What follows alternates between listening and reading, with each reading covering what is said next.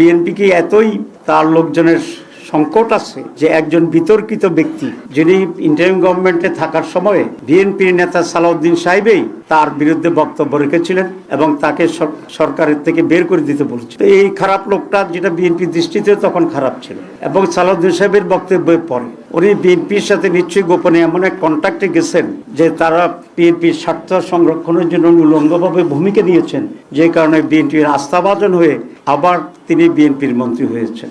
Interim government নিজেকে তত্ত্বাবধায়ক সরকারের সমপর্যায়ে নিরপেক্ষ সরকার হিসেবেই প্রতিবাদ করেছিল এবং সে ভূমিকায় তারা আছে সেটা তারা বলার চেষ্টা করেছিল। এবং একটি নীতিগত কথা ছিল যে ইন্টারিম গভর্নমেন্টে যারা দায়িত্বে থাকছেন উপদেষ্টা হিসাবে তারা কোনো সরকারে দলীয় সরকারে তারা কোনো ধরনের অংশগ্রহণ করবেন না, কোনো মন্ত্রিত্ব গ্রহণ করবেন না।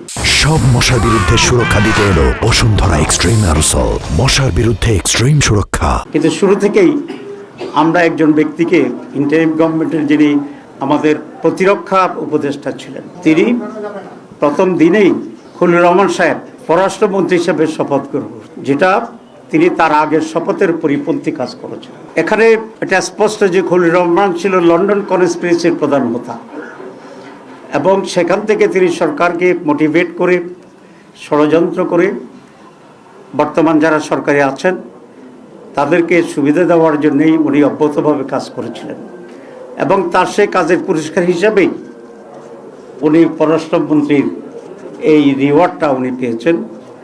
এতে আমি বিস্মিত হয়েছি বিএনপির ব্যাপারেও, কারণ বিএনপি কি এতই তার লোকজনের সংকট আছে যে একজন বিতর্কিত ব্যক্তি যিনি ইন্টারিম গভর্নমেন্টে থাকার সময়ে বিএনপির নেতা সালাউদ্দিন সাহেবই তার বিরুদ্ধে বক্তব্য রেখেছিলেন এবং তাকে সরকারের থেকে বের করে দিতে বলেছিলেন।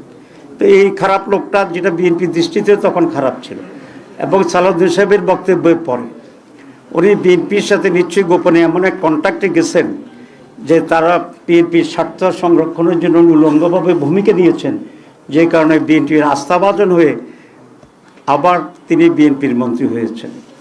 কারণ নিশ্চয়ই বিএনপির সাথে ওনার এমন এক কমিটমেন্ট ছিল বা ওনার সাথে বিএনপির এমন এক কমিটমেন্ট ছিল যে উনি ইন্টারিম গভর্নমেন্টের থেকে বিএনপিকে হেল্প করবে নির্বাচনে আর বিএনপি সরকার গঠন করলে ওনাকে মন্ত্রী বানাবে। এই দুটাই কিন্তু ওই তাদের অবস্থান দিয়ে পরিষ্কার হয়। সুতরাং খলিলুর রহমান সাহেবকেও একইভাবে জিজ্ঞাসাবাদে আনা উচিত।